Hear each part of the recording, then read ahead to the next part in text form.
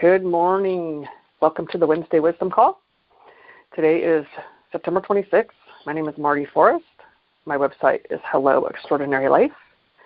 Check it out on the landing page. There is a free gift. It's a 4-page mini book, whatever you want to call that. 3 steps to reprogramming your negative self-talk.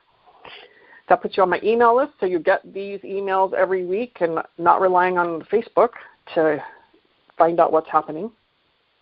Even though I still post there, they're changing the algorithms again. So if you want to stay in that loop all the time, you can sign up on that and get on my email list.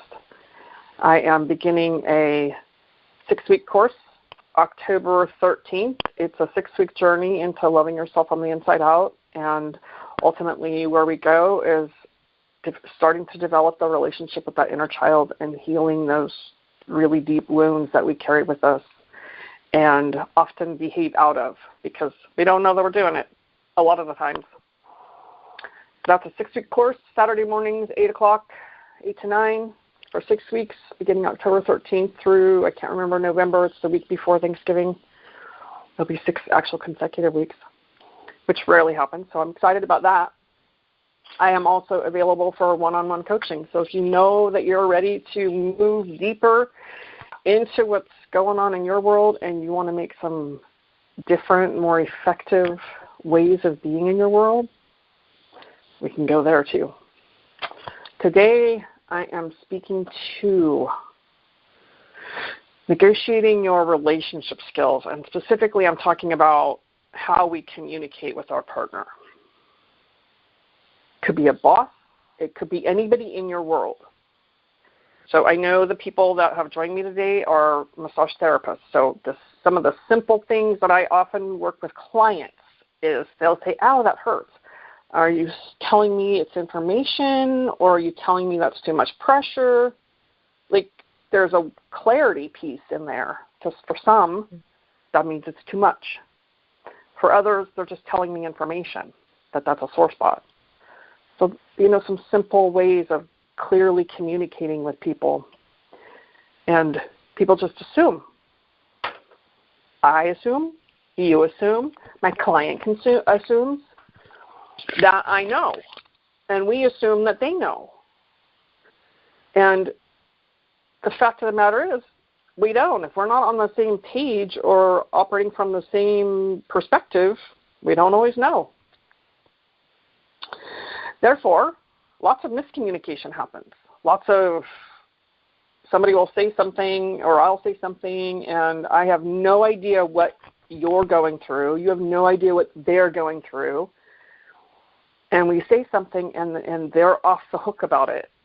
Or they got their feelings hurt. And we're like, what just happened here? I said this and this was the reaction, and that's not what I meant, right? So this particular thing came out of a conversation I was having with someone who called me and said, "I don't know how to support my fiance." And he, I think I'm being supportive. He says, "I'm not being supportive. That's not supportive." I said, "Well, have you ever asked him what that is for him?" This is what we need to do with people. How do you define what is supportive to you? And you have that conversation. Like, what is that for you, being supported? What is it for you to be loved or to feel cared for? How I define it, how you define it might be different than our partner or your boss. Defining what is the expectation of the other person or how they operate requires asking a question. And then we get all weird about that because, oh my God, what if I'm made wrong? Or what if I can't do what they want? Well, then we negotiate that part. So just this morning, I'm having a conversation with my husband, and I'm saying, life happens this way sometimes, and you are the common denominator, but it's just how it goes sometimes. And then we forget the part, what I said to him is, you seem to have forgotten the part where you're this incredibly amazing human being that does a lot of really amazing things in the world. And he was like, that's what I really needed to hear is my cheerleader. So, right. Knowing what they need, I could have asked them. I could have just asked them, what do you need right now? Because he had a really bad dream and it left him in this emotional state. And I could have just asked him, what do you need? And instead I'm assuming that how I do it is good for him, and he doesn't really like it because he's already emotional about something. So he doesn't like it when I do that. So he needs me to be his cheerleader till he's in a space that he can actually hear what I'm saying. And that's true for all of us. Sometimes something emotional happens or life happens, and we're in this space of, I'm really sensitive, I'm really charged, I'm really something, and someone says something. And in their world, it's totally innocent, totally not meant to be harmful or painful, and yet it didn't land very well for us. And we took it personal. We made it mean all kinds of stuff. When we learn to ask, so here's a whole different thing. We were coming home last night, and I said, can I ask you a question about that? And he said, sure. Now he's ready for the question. It's ways of delivery, so I know what he needs from me, or a boss, or a friend. Sometimes simply qualifying it with, here's another way to communicate with my partner or with my friend. I don't really know what to say right here. How can I help you? Right? For many of us, that leaves us feeling like vulnerable. Oh my gosh, I just said something that's revealing something deeper about me, is that I don't know. And we don't like that. We want to know. We want to be on, and we want to appear like we know what we're talking about, or we've got it all together. And simply saying, like qualifying it. Sometimes it's as simple as, I don't really know how to say this any other way. I don't know how to soften it. I don't know how to say it any kinder. And then we've qualified it, and we just say it. So I'm going to circle back. The most important part of this is to simply define it. For me, when I'm charged about something, trying to give me support in that moment serves to piss me off even more. And maybe that's true for you too. Anybody that's listening to this. When I'm upset about something, when I'm not ready to hear the support,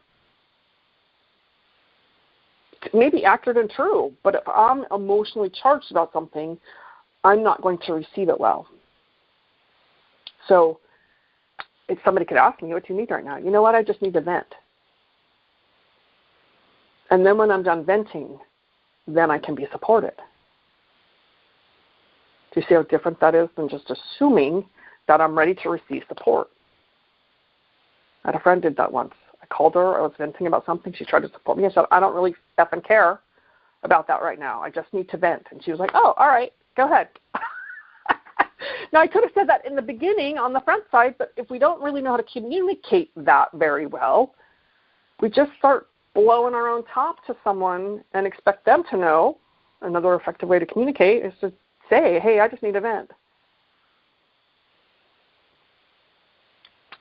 So if our partners, no, I was thinking about this earlier, so a little side note.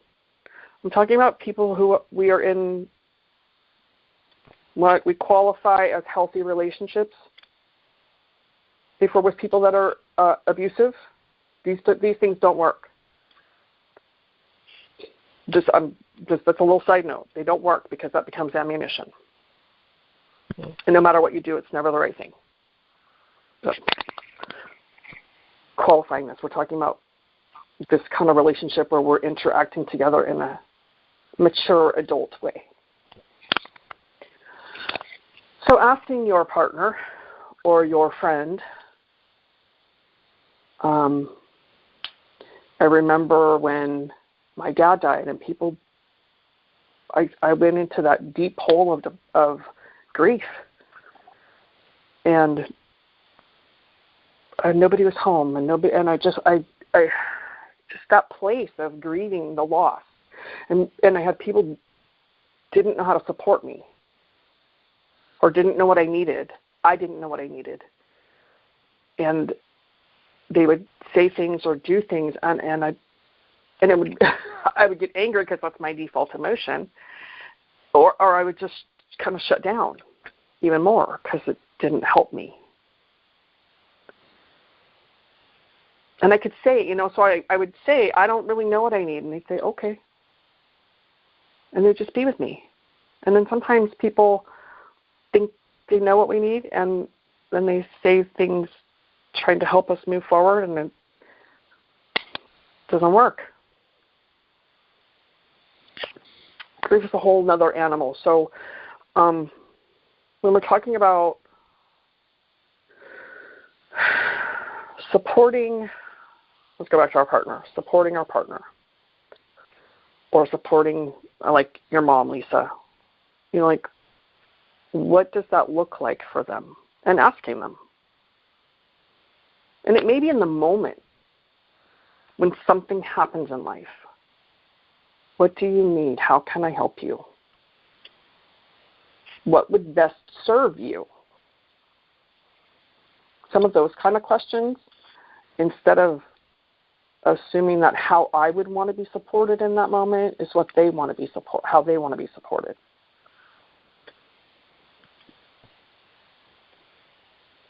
And when it comes to men and women, we operate different. We women on the phone right here, we want to process usually or talk about it. Maybe not all of us, but often we want to talk about it and work through it. I don't do that with my husband. It's rare that I will do that with him. He doesn't want to do that. So I'll go to my girlfriend and do that. But then I want to process him the same way that I would process with someone else. No, doesn't really work. I know a few men that works with, but I don't know many that works with. And I'm not trying to separate how, but we do operate different sometimes. There are some women that operate different than we do. So knowing that will set me up to be more successful in how I communicate with them and how we dance together. Instead of assuming that how I need it or want it is the same as you. Or assuming, sometimes I can assume that if people are coming to me because they know how I am, that that's what they want. But they don't always want that. So learning how to ask in those moments when someone calls and starts going off or starts talking about, what do you need from me right now? Do you just need me to listen? And maybe I'll ask those questions. Do you just need me to listen? Do you want me to support you? Do you want some feedback? And we can do that with our husbands or boyfriends or girlfriends, or we can ask those same kind of questions. Because it may be different every single time we have a conversation. The need may be a little bit different. So asking them instead of assuming that I know or that you know. It puts us in a place of being compassionate and kind and considerate of what they need from us instead of thinking that I know what's best for them.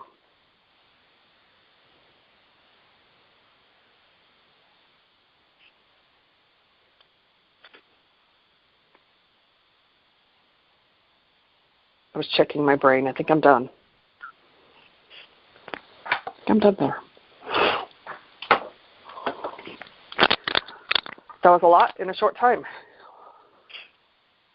How was that? What did you get? Any questions? So it's good. Because I have that problem with communication of like, just, we're so different, and it is hard to, sometimes you get more angry when you do it wrong. Because I feel stupid. That's me personally.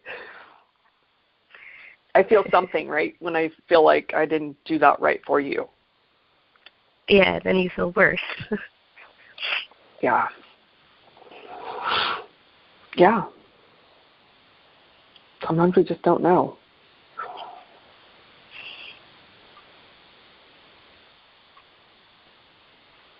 Anything for you, Lisa?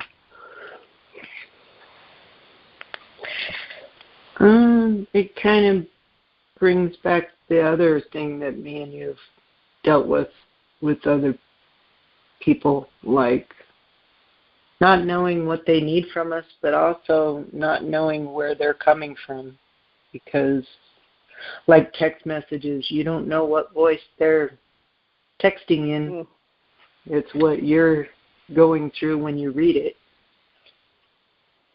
It can be very confusing. Yes, interpretation. There we go. Interpretation is everything. Which goes with assumption, I guess, assuming. Yes. As you know, I'm a big advocate for there are some things that are a conversation, especially when it's personal. Yeah. Not a text. For that very reason.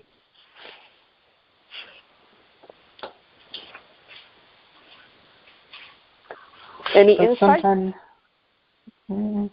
Sometimes they don't know what they need. So. Sometimes they don't. Yeah. Sometimes I don't. Me too.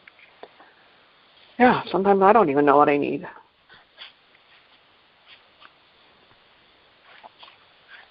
And it's okay to say that. If somebody asks you what you need, I'm not really sure. Okay. We'll certainly figure out what works and what doesn't work by how they then go forward.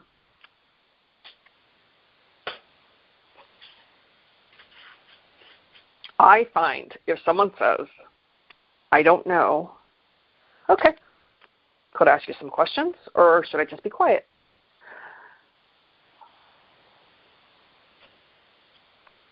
Right? So I can ask a little bit more when I don't know or if they don't know. Or I can say, I'll just be quiet here then. You can let me know when you figure it out.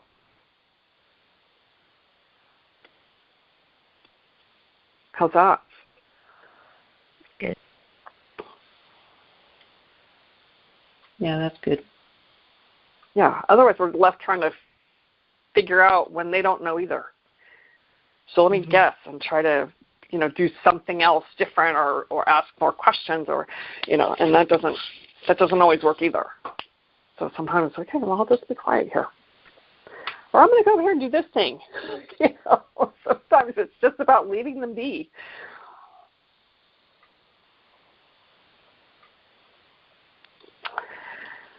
All right, well, we're done a little early. If you have nothing else or no other questions? Nope. Okay.